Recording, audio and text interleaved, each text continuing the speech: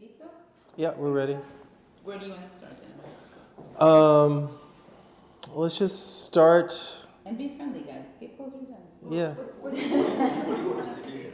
Well, basically, the show. Thank you for coming. This is the show, Letters to the Future, and it is an idea that was suggested by George and Karina, the two of the three partners of Helm, and the idea was to show the text paintings, and the selection of these paintings from my studio included a selection of other works, which all happen to be Precursor works. So it makes sense to show them off in a timeline kind of fashion. So if we can go to the other room, and you'll see the first painting that in a way started the whole thing.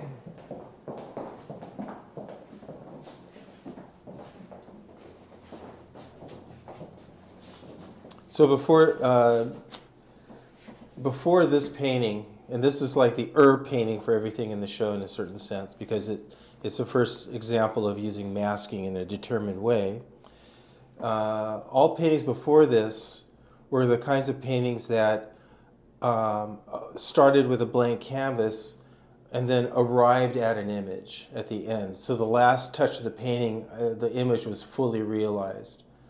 And the reason why this is different is that for all the masked paintings that rely on masking tape or masking methods of putting paint down, I have to think of the image first, at least for what I would draw on the mask to go down. That would be pulled up later on. So in a way, this is a flipping of my general practice, which is welcome, because by the time I came to this in, I guess it was 2000, maybe 15 or 16, I had been painting since 1996 in a certain way. And not that I was bored with it or anything, but it's always nice to be thrown off your game so you can freshen up your approach to things. And this was definitely flipping in a way 180 degrees out how I would approach a painting.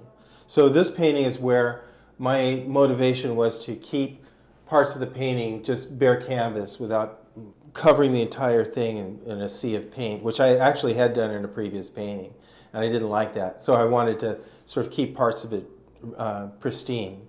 And I did it with masking tape, and I would pull the tape down and preserve these areas of canvas. So I didn't want the machine edge of the tape, because that became very obvious to me. I started to move it around, but I did it by cutting it with a blade. And when you start cutting something like tape with a blade, what you're starting to realize is that you have sinuous possibilities. Like you can move the blade around, and all of a sudden you can get these curves in the line, which seemed very welcome. And you also get the sort of sign of my hand in, so in a way my hand is present in all these lines coming down here. So from this painting and everything that for a few years after this painting, I exploited the possibilities of using masking, of using that line, how curvilinear or how descriptive I can be with that line. And I'll show you in the next few paintings how that went. So in a way, this is the final painting of in a way, the last painting that I exploited the use of text-based forms. But what's interesting, or at least for the purposes of this discussion, this also has the kind of forms I was using. I called them asterisks because they are asterisks. And before the text paintings, I was relying on this. So in a way, in this final painting, I have the first expressions of curve and line, which was like a primitive form of text in a certain way. And so you have the first and last sort of alpha and omega. So the painting that I showed you before was in a way the alpha to the entire series, and this painting as a whole is the omega. But within this painting, you have an alpha and omega kind of aspect to it as well. So we can go across the way over here. I could show you what I brought in as an object example of the text forms. So what we have here are the tools I had used to make a painting when I first came to New York in 2012. So these tools are sort of imprintations of text. You can see the Bowery here, and this is my journey from the apartment we were staying in at the time when we first arrived in New York, temporary housing, to my studio. So I had a scooter, and I would ride my scooter from East 63rd to down 2nd Street, down Bowery, down across the Manhattan Bridge, past Flatbush, 4th Avenue, 32nd Street, and Iguanas. So that was my trip there. And each of these would make a painting.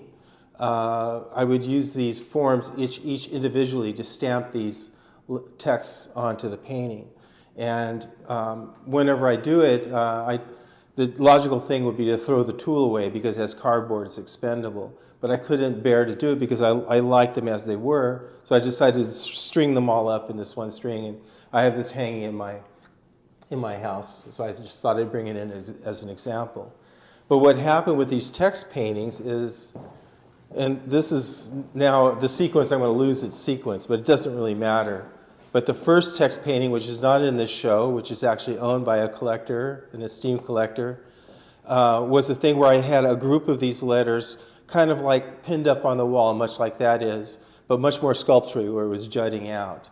And I was wondering, okay, what am I going to do to move past the asterisk sort of stage? Because as delightful as those are, I needed a formalism that had a little bit more elbow room to them. And when I saw the shadow cast by these letter forms, and this actually I can model it, and much in the way these shadows now are cast on the wall, I realized that was the formalism I was looking for, the shadows. So what I simply did was took a blank canvas and I slipped it onto the wall underneath and traced out these letters, and these letters became that painting.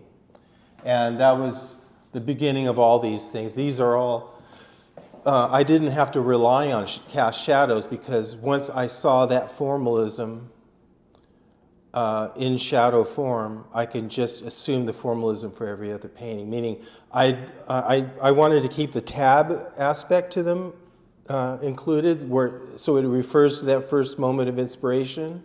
So each of these letter forms, and every so often I'll meet someone who's like an expert in typography. They'll talk about kerning and I don't know what else. There's a whole world in typography. It's a complete universe, which I know nothing about essentially. But the typography used here is a very simple and dumb, sort of direct kind of brute force kind of typography of my invention, of no sophistication that I claim whatsoever. But it's very useful in delivering all of these other paintings that come afterwards. Could I ask a question at Yes. this point? Excuse me. So, because you're talking about the fonts and the language, like, you know, this language is stretched to its limit, and as if we're looking kind of inside the mirror out to see the reverse side of language. So what are those kinds of, what does that imply to you, using language in this way, stretching it and hanging it up to dry? Well, I'm using it in a mercenary sense to serve visual art, right? Mm-hmm. And while I'm acting in a very mercenary meaning, without being very polite, to the world of letters, mm-hmm. I'm very respectful for the world of letters to say, I'm not a writer, even though I write a lot. And I keep a weblog since 2003, so you can look at my history. So I write with ease, but I don't look at what I do and think I'm a writer, because I've known writers and poets, and their world is extremely rigorous and very, very involved and deep as the visual arts, the world of painting that John and I are both in, right? So I wouldn't have the temerity to say, Oh yeah, well, I can speak with authority about the world of letters, the world of poetry. I would hope that someday someone, I would take the compliment if someone likes what I've written, and I've been told that often by people that they like my writing or my writing is compelling. But there's just another level. I have to say, I can't claim to be a writer of any kind of way. So these works are not, they're meant to serve. All the texts I use them in a mercenary way in order to create a visual, painted thing. So what I'm finding visual satisfaction in is these racetracks of the O, or how the R will flip and make that sort of tail, or how you can flip the E and sort of address this N here, or that I could squish this all up and then expand it all out with a swing of these radiating stripes up above. And somehow I'm using the text in a very plastic way in order to serve direct visual, painterly objectives. So, yeah. Well, at the same time, we're kind of right on the verge of understanding, what's presented in the language, and then there's this frustration because it's like, oh, am I able to get that? Am I reading that right? It's probably an important detail that you're asking me about, because we talked about this just a few beats ago, and it's probably very important to deliver the content. Again, is that these letters are not completely random, in the sense that for me to sort of choose a set of letters, I'm thinking about I need a word, and out of that word comes a set of letters. So for most of these paintings, it's kind of fire and forget. I'll come up with a motivation for selecting the letters. I'll need a kind of word as a prompt, sort of to program out to deliver the set of letters I need. But as soon as I'm employing it for use, I'm forgetting it. So way I have a terrible memory, so I'll forget stuff. And for all these titles, I'll need to go back to my archives to tell you many of these titles. But what's happening is that as I'm thinking of the word, and this is one painting I can remember certain things where I was sort of preoccupied with the specter of civil war in our society and the problem of conflict between people. So here you'll see the letter L and the letter R obviously on bracketing out to full bleed, not to use the graphic arts term in a deliberate way, full bleed of the canvas, and between them a conflict and a sea of blood of conflict in between. So that was the motivations. So in here are words that are associated with that topic, and another important detail to drop in there, just so that for whoever's watching the video in the future, and this is the titles of all these paintings are derived from the weblog. So since I kept the weblog, and it's kind of like an online diary, I'll go back after I finish a painting. I'll go back to the period of time in which I had made this painting, and I'll look for the title of this painting there, and it'll kind of come out at me. It'll kind of insist itself on me. It's like divination, or it's some kind of search function that I'm doing, and the title will kind of shine out of the blog, and I'll use that title. Whenever I document these paintings in my weblog, I'll hyperlink the title to the blog post in which I found the title. So in a way, I'm leaving breadcrumbs, is what I'm trying to tell you. So anyone who's sufficiently curious, I'm leaving lots of breadcrumbs, so if you wanted to reconstruct its meaning, it can be done. I just hope that the paintings are strong enough that someone in the future would be compelled to find out what those meanings might be. But that's on the painting at that point, or on me, to make a painting that would compel people to look for its meaning that way. So there's a kind of encoded quality, because there's something that we can grasp, and then there's something that's hidden. And I'm just asking for you, is this kind of your way of thinking about how people speak or communicate or represent themselves in some cryptic way? When you say that, you're referring to people in general or the viewer or something like that? I'm just looking at the language, and there's this encrypted quality, but I wonder if your feeling in the painting goes beyond that. Well, as you're saying that, I'm wondering, is it encryption? So famously, Ariadne left a thread, gave Theseus the thread, right? So when Theseus went in to kill the Minotaur in the maze of Minos or whatever, Ariadne gave him a ball of thread, I think it was, and that was his way of finding his way through the maze and finding his way out. So am I encrypting it? Is the encryption my doing?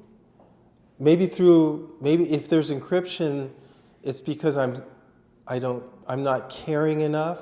But then I've left breadcrumbs. So in a way, that's the thread. So that's a decryptive function.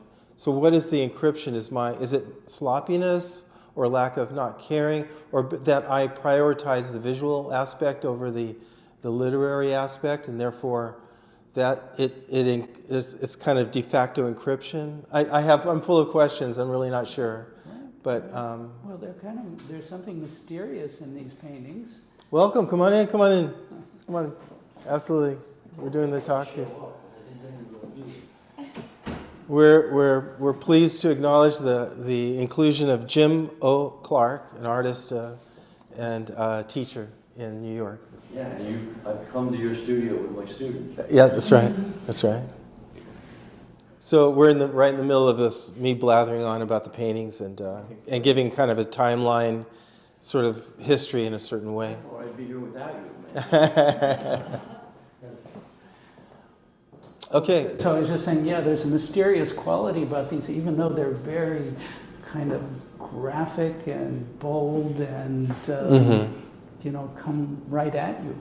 Well, that is maybe it's a good time to talk about the thing that makes me think of Ryman in the show Ed Werner right now, which is quite interesting to me because I feel a kind of kinship to Robert Ryan's project, right? Even though I also think of him, he might be the first autistic artist, maybe.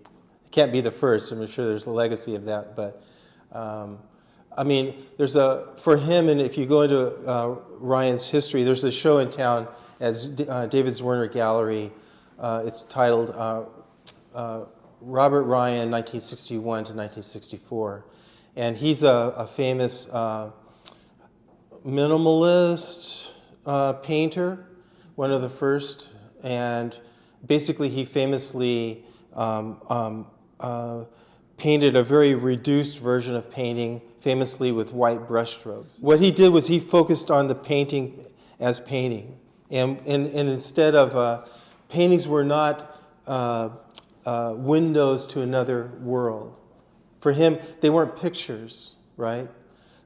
Paintings were meant to be seen as worlds unto themselves. And I can relate to that because the vocabulary of these paintings and the subject are the language of form of impasto painting and all these things. So there's a limited vocabulary of how paint would manifest itself, either in these spiny hemispheres that I call monads, or these sort of blossoming kind of voluptuous flower-like forms that I use with daubers that I hand make. These things that are loaded with paint and they rock through and come out. So then they create kind of like a skateboarder.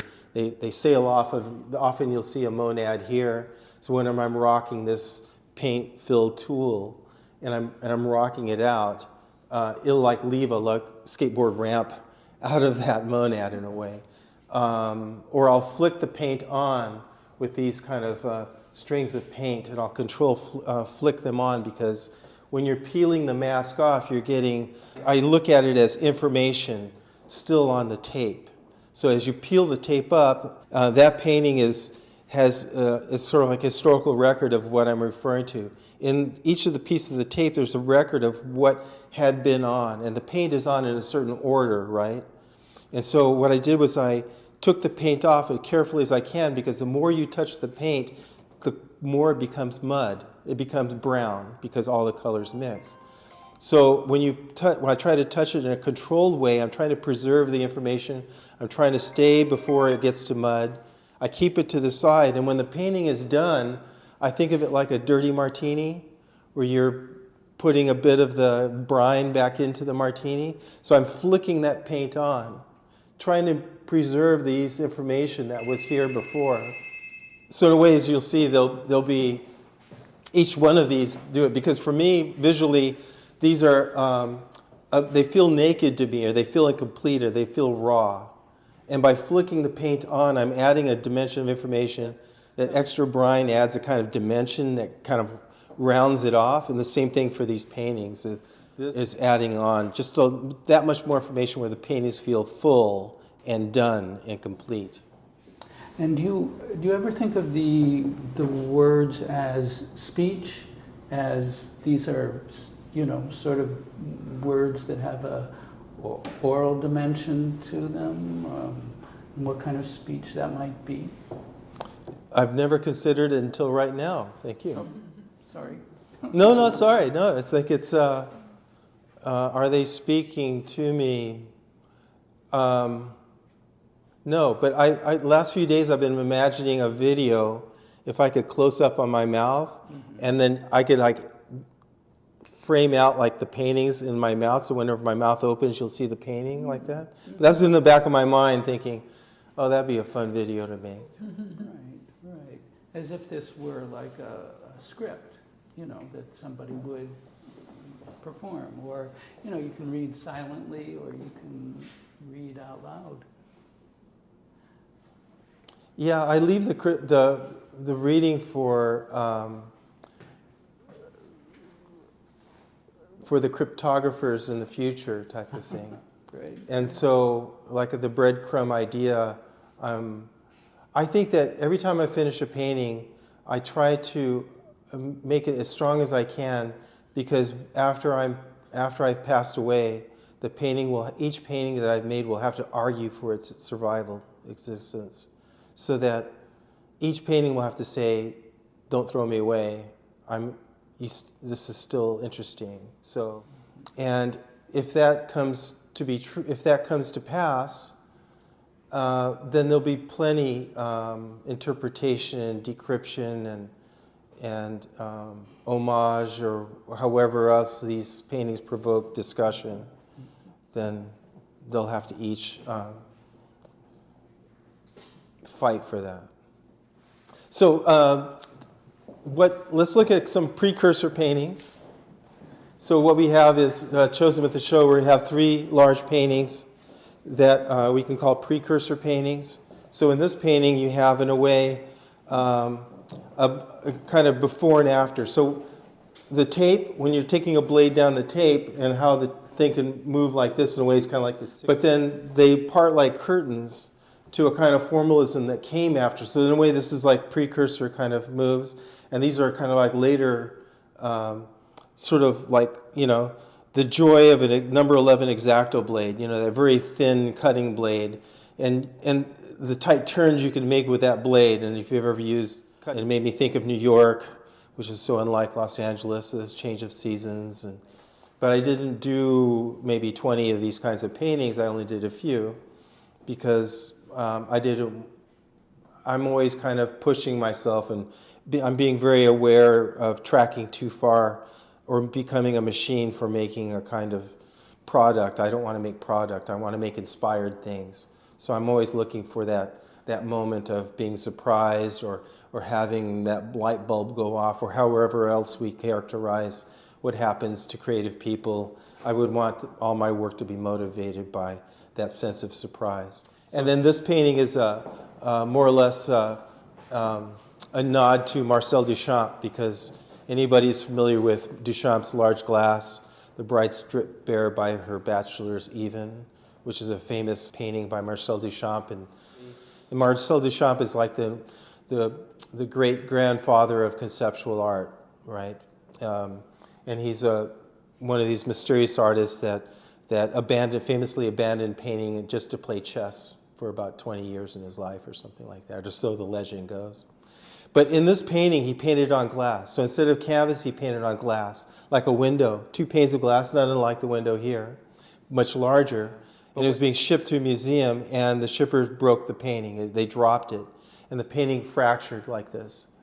And famously, Marcel was asked to come in and take a look at the work, and basically he said, thumbs up, it's good. It made it better in a certain way. Because he was all about chance. He liked chance operations. And the chance operation of the glass breaking was just another level of information that made the painting better for him.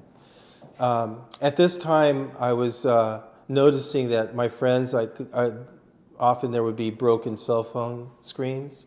So I started to notice the broken glass all around me, that it was a kind of interesting motif as well. And during this time as well, the time of making this painting, maybe a few years before, I had noticed a malfunction in some of my paintings where the paintings were weeping, like tears of oil would come down from those paintings. And there was a malfunction in the manufacturer's titanium white. And I sort of figured it out, isolated it, and repaired a number of paintings. But I've come to like some of those paintings because they were like weeping, like Picasso's Weeping Women. They were like paintings that were crying or something like that. And I would collect those tears with like little cups I would attach to the bottom of the paintings. I would catch the tears in little cups. And that idea came from Jamón, watching ham drying in Spain, in the tiendas there. And that was a great idea. So, but in a way, this is an homage. So if you're familiar with the painting, you'll recognize maybe this is the bride, maybe this is the bachelors. I don't have the chocolate grinder, famously, another motif in that painting.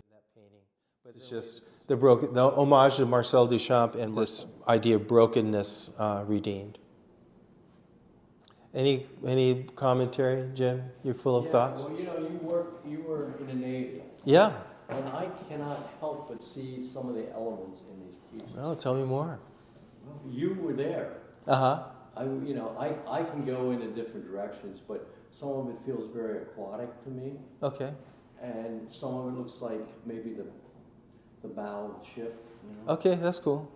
Where I worked. It's not cool, but I mean, I'm seeing images. No. You may have in a subconscious. No. I like the idea that what was it? It's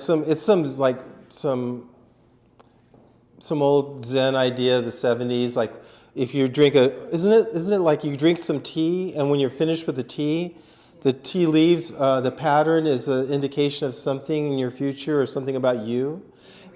You can read reading the tea leaves, right? But the leaf falls from the tree, but it never goes that far, But what's interesting, but what's interesting about divination is that it's always like it requires a contact with the subject in a way. Like if you're cutting the cards, like when you in tarot, I guess I don't know nothing about it. This is what I've heard, right?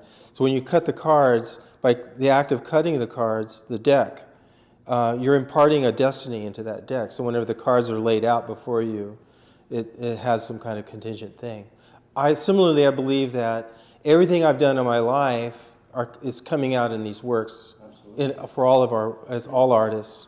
And so the task is to lead a rich life. I don't want to.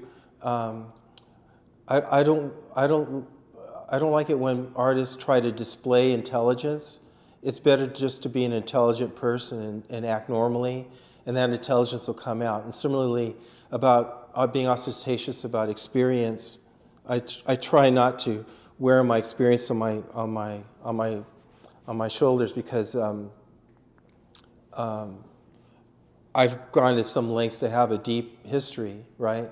So I was in the Navy for 5 years. I was stationed on a cruiser, a nuclear-powered cruiser, guided missile cruiser in the Pacific and the Indian Ocean. I was in for 5 years because if you enlist for 2, you're just mopping decks for 2 years.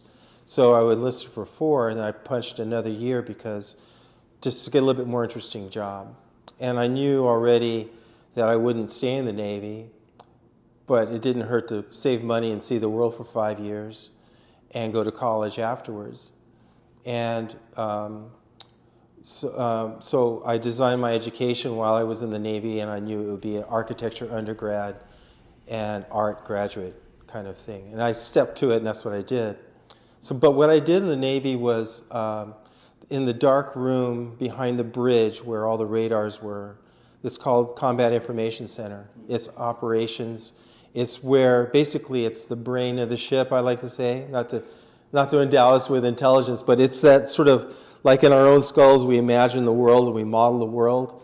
What every ship does is they model the world around them and represent that image, that picture of your battle environment for the ship, so that people like the officers and captains can make decisions about what to do, where the friendlies are, where the threats are, who are the unknowns, where are they now, where are they going, where are our assets, all that kind of information. And it would be represented in a way from pencil and paper, through computer screens, through greased pencil on edge-lit plexiglass things. It was a very kind of fascinating place. A dark room, a sea of information, and both visually and aurally, and I would hope that's imprinted in these works as well in some ways. Amen. Yeah. Okay. All right. Well, thanks for coming by. Thank you. Well, that was good. Yeah.